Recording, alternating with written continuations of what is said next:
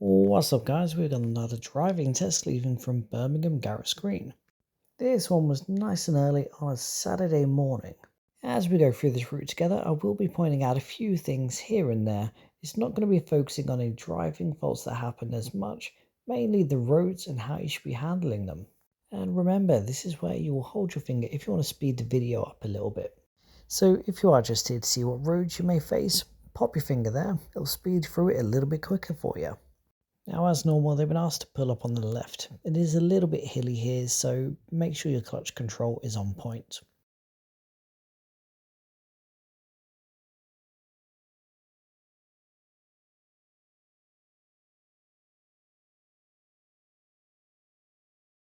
At the end of the road, they're turning left. You'll notice as they start to enter the road, they do go a bit wide and cross over the lines.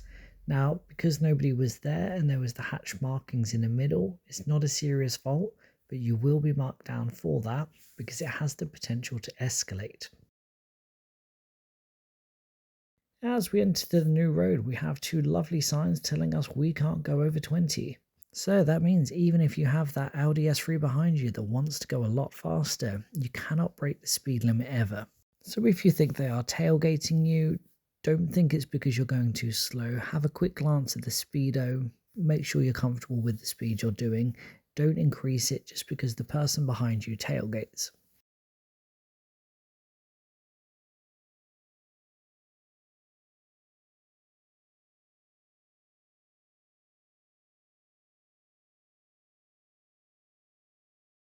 And from this point we can now do 30 miles per hour if it's safe to do so.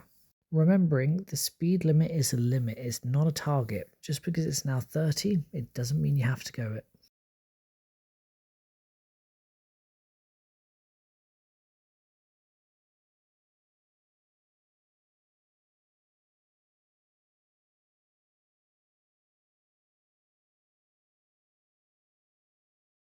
And coming up is our usual road signs galore. There's quite a lot to take in here. The examiner won't direct you because there's pretty much only one way you can go.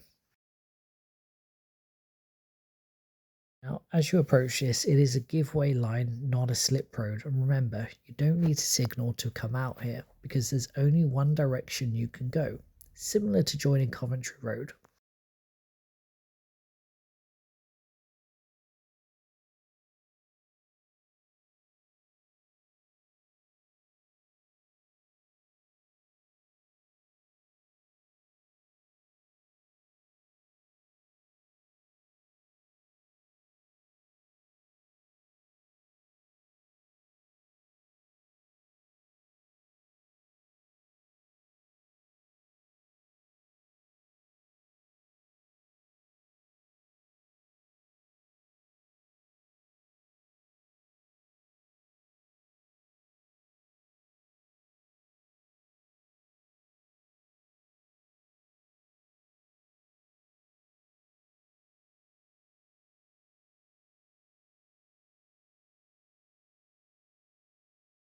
Again, when turning right here, you'll notice they steer a little bit later, which does make their steering go slightly over the central line. Nobody was around, so it's not a huge issue at this moment. But remember, minor faults can escalate into serious or dangerous faults quite quickly.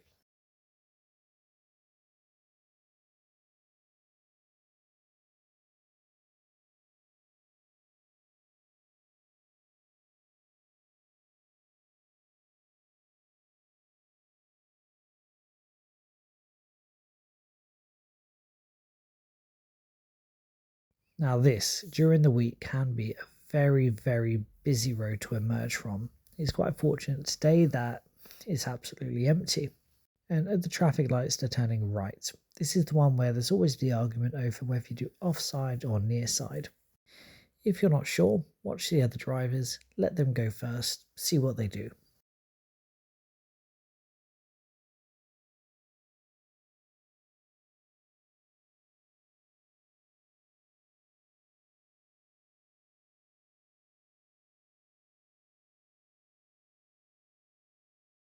You'll notice as they come to a stop, they keep creeping forwards, and it does result in them edging into the bike box. nobody was around to use it, so they only picked up a minor fault at this situation. If a cyclist did come into the box, however, and they weren't able to access it because of the car, that could then go down as a serious fault. I do think it's because of the car behind them at the moment. Remember, that Audi behind you isn't worth failing your test for. At this point, they were doing the correct speed.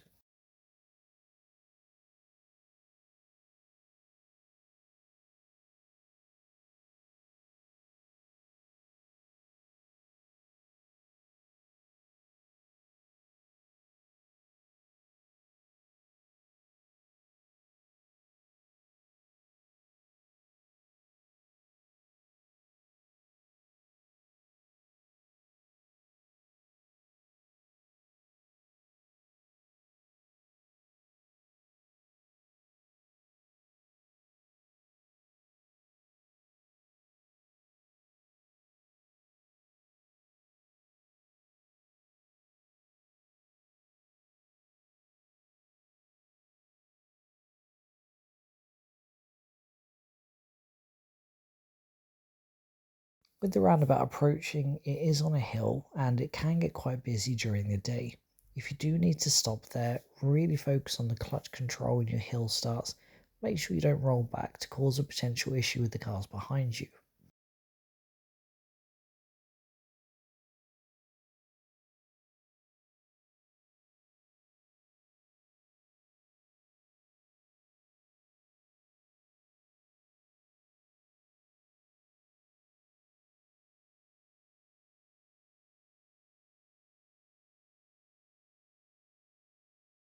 As my learner entered the commercial road, they picked the perfect lane for what they're doing. The left-hand lane is the normal driving lane. All the lanes to the right would be for turning right or for overtaking.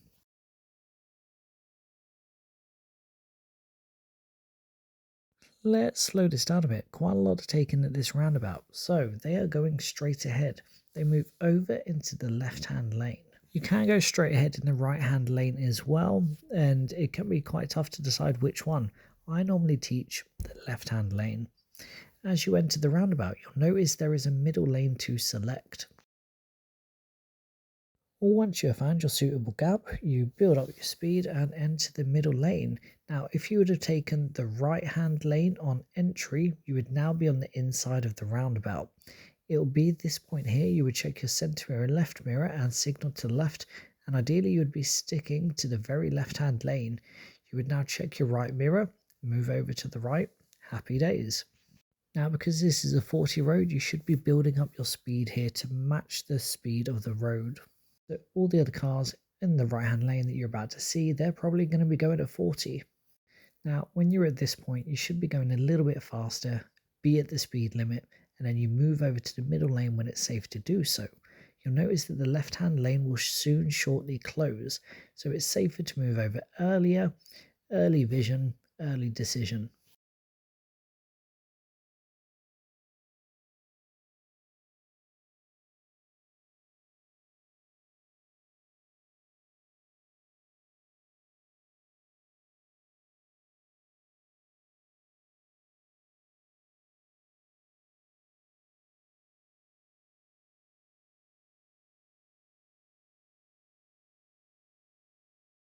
The next turn they take, they did do it quite fast and they took it in third gear. They did have control of the car, but it was a little bit fast, so they did pick up one minor fault here. Now, this road can be a tough one at certain points of the day. Sometimes the left and the right will have cars parked all the way down it, especially at school times. Look ahead, see if there's safe, suitable gaps. Is it clear? Start planning where would you move to, into what gaps, if you had to.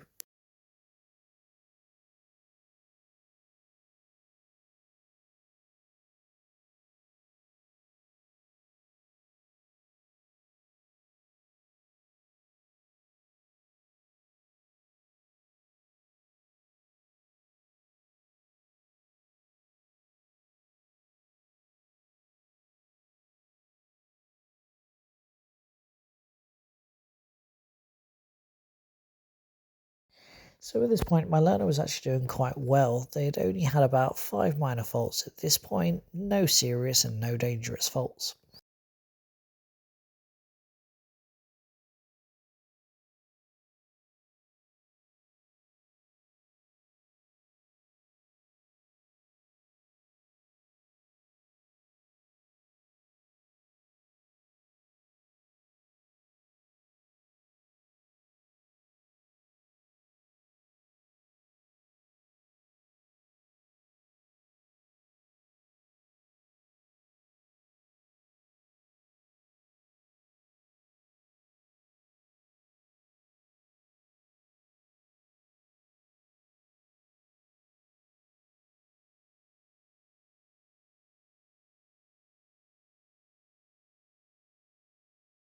When approaching crossings, always scan a crossing and see who is on it. Is there anyone going to cross? Do you need to stop for anyone? There's currently someone on the crossing. My learner doesn't slow down and enters the crossing while they're still on it. This went down as a serious fault. Now, if there had been a middle island dividing the crossing, that would be different. You can enter the crossing if there's a middle island and they've gone past the island. Because it was one whole crossing, he did need to wait until they had fully crossed before he could go over it.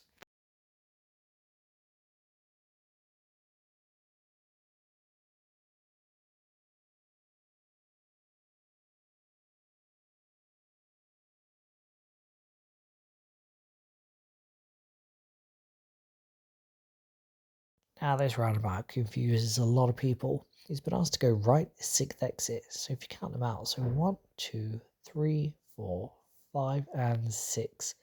In my opinion, that's the easiest way to handle that roundabout, which is to count out the exits allowed. On tests, they can take you to a number of different exits there, so as you go around it, just count them off.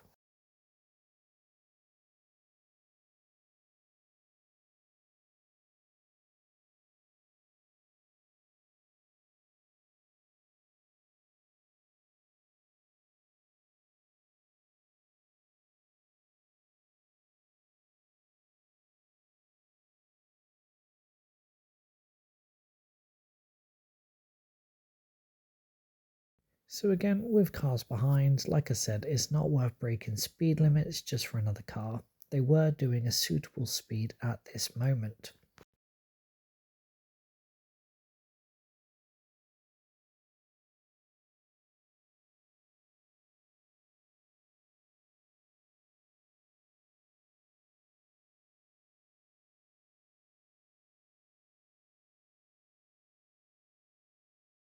They're now doing the parallel park, everyone's least favourite manoeuvre.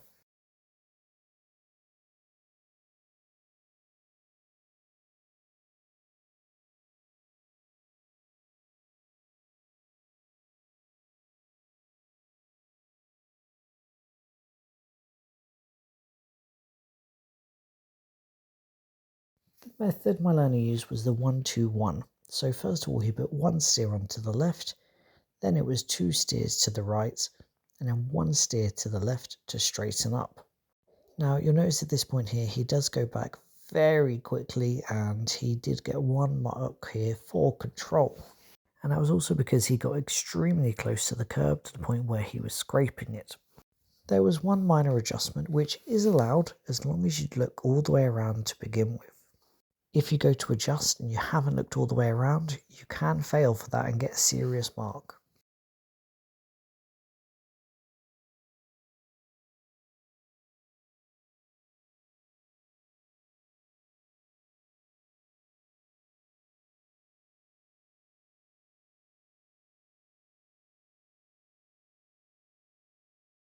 In the end though, they do finish it within a good distance from the curb. So there was just that one serious fault on the test, which was with the zebra crossing. It would have been a fantastic result if they had have noticed a pedestrian. So with a result like this, I did recommend to book again as soon as possible.